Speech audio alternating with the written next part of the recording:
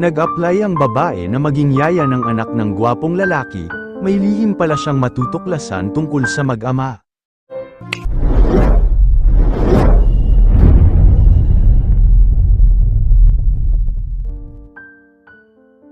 Ilang buwan na ang nakakalipas nang gumraduate sa kursong Office Administration si Gail ngunit hindi pa rin siya natatanggap sa mga ina-applyan niya. Nahihiya na nga siya sa mga magulang na yan na palagi na lang siyang pakainin. Gusto niya na siya naman ang magbibigay sa mga ito ng panggastos.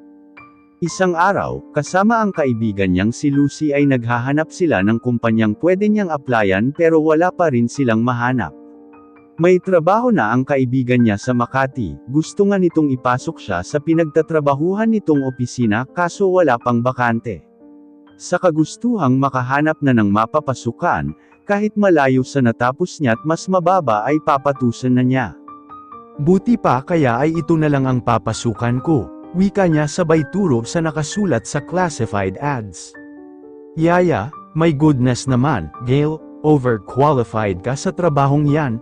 Gulat na sabi ni Lucy sa sinabi niya.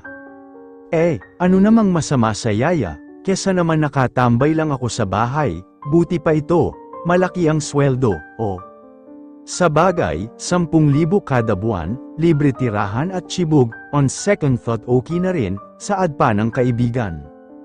O diba, hindi na masama, pero don't forget, Gail, nakalagay dito na ang kailangan ay isang disciplinarian na yaya. No problem, that's my qualification. Talagang by nature ay disciplinarian ako, wika pa ni Gail. Nang sumunod na araw ay pinuntahan niya ang bahay ng a-applyan niya, nanlaki ang mga mata niya dahil malaki yon.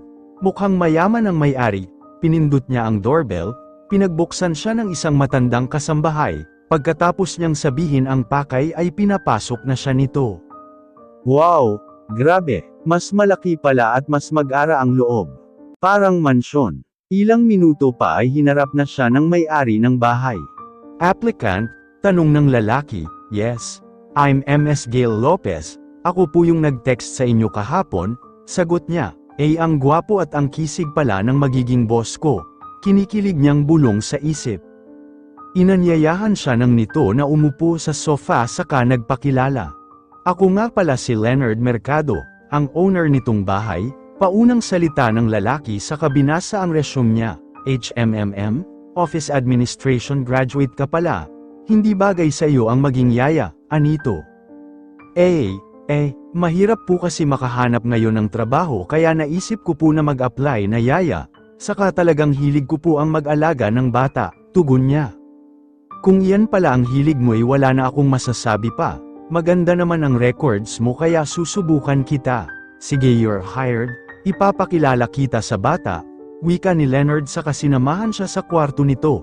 Habang naglalakad ay ipinaliwanag nito ang mga dapat niyang gawin sa trabaho. Siya ang aalagaan mo, si Melody, and I hope, nagkakaintindihan na tayo, disiplinahin mo kung kinakailangan, saad ng lalaki. Nang makita niya ang batang babae ay kinagiliwan niya ito, napaka-cute nito.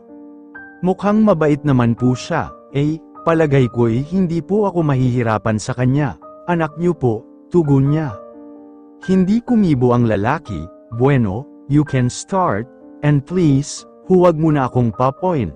Hindi naman nagkakalayo ang edad natin, Leonard na lang ang itawag mo sa akin, wika ng lalaki.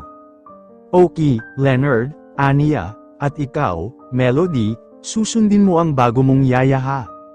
Opo, papa, nakatungong sagot ng bata. Paglabas nila sa kwarto ay binyantaan siya ng lalaki.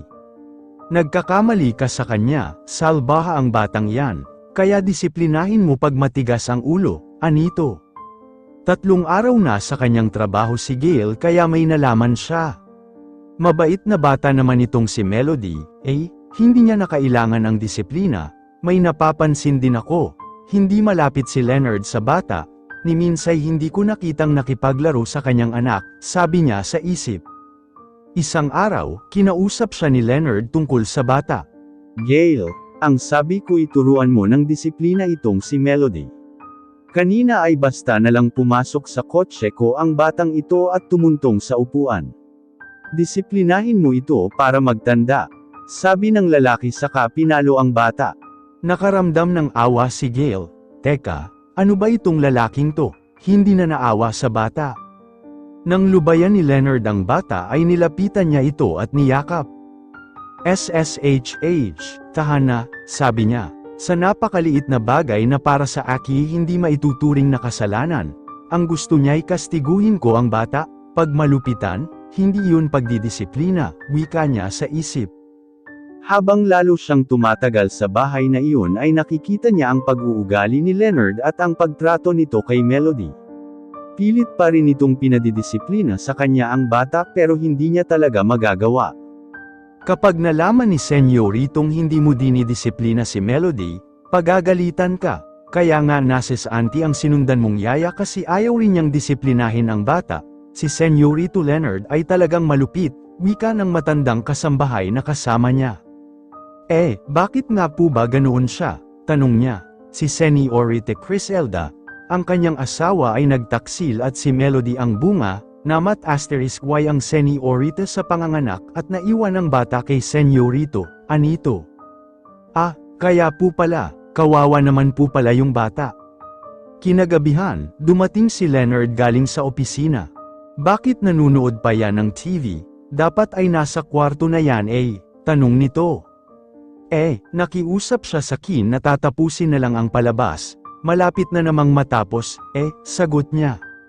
Hindi, ipasok mo ang batang yan sa kwarto niya. Hindi na yan nadala, huwag mo yan palalabasin ng kwarto hanggat hindi ko sinasabi. Galit na sabi ng lalaki.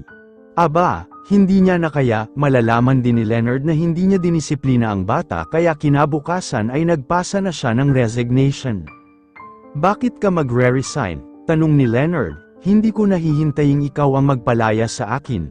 Malalaman mo rin naman na hindi ko talaga dinidisiplina si Melody. Alam mo, Leonard, hindi disiplina ang ibinibigay mo sa bata, kundi kalupitan. Wala siyang kinalaman sa kasalanan ng iyong asawa. Sayang ang first impression ko sa iyo. Kala ko'y matino kang tao. Thanks for everything na lang sir. Tugon niya sa katuluyang tumalikod at umalis. Tinawag siya ni Leonard pero hindi niya na ito nilinggan pa. 3 araw ang lumipas, dinalaw siya ng kaibigang si Lucy sa bahay nila. Hoy, Gail, gusto mo ng bagong trabaho? Heto, Ayoko na, Lucy, dito na lang ako sa bahay namin, sagot niya. Basta, makinig ka muna, wanted, mabait na yaya, si Mr. Leonard Mercado sa address na ito, pangungulit ng kaibigan. Si Leonard yan, wika niya saka inagaw kay Lucy ang classified ads. Naku, ayoko na, malupit yan. Pero laking gulat niya nang may kumatok sa pinto. Nang buksan niya ay niluwanyon si Leonard kasama ang batang si Melody. Kayo, nakita ng lalaki na hawak niya ang classified ads. Talagang sinadya ko ang pag-aanunsyo niyan para mabasa mo't malamang nagbago na ako, Gail, sinserong sabi ng lalaki. Hi, Tita Gail. Totoo po ang sabi ni Papa, nagbago na po siya. Hindi na po niya ako pinapagalitan. Mabait na po siya akin, love na po niya ako, masayang sabi ng bata. Talaga ba? Gulat na wika ni Gail. Oo, tama ang sinabi ng anak ko. Mabait na ako, napagtanto ko na tama ka. Wala siyang kasalanan sa akin. Hindi ko siya dapat idinamay sa galit ko noon sa yumao kong asawa. Isa pa? Gusto kong bumalik ka na sa bahay dahil, napamahal ka na sa amin ni Melody. Mahal na kita, Gail, please give me another chance, hayag ni Leonard. Ano pa nga ba ang magagawa ni Gail? Napamahal na rin naman siya kay Leonard at kay Melody. Nung una niyang makita ang lalaki ay tumibok na ang puso niya rito at ngayong nagbago na ito'y gusto niya na mas lalo pang makilala ng lubusan ang lalaki, para na ring anak ang turing niya sa bata kaya. Sige, babalik na ako. Pero hindi na bilang yaya, bilang nanay na ni Melody, nakangiting sabi niya sabay kindat sa bata. Yehey, may mama na ako, tuwang-tuwang sabi ni Melody saka yamakap sa kanya ng mahigpit. Sa ngayon ay mag-asawa na sila ni Leonard, ang laki ng pinagbago ng lalaki, mahal na nito ang anak nilang si Melody. Excited naman ang bata dahil malapit na itong magkaroon ng kapatid dahil dinadala na niya ang anak nila ni Leonard.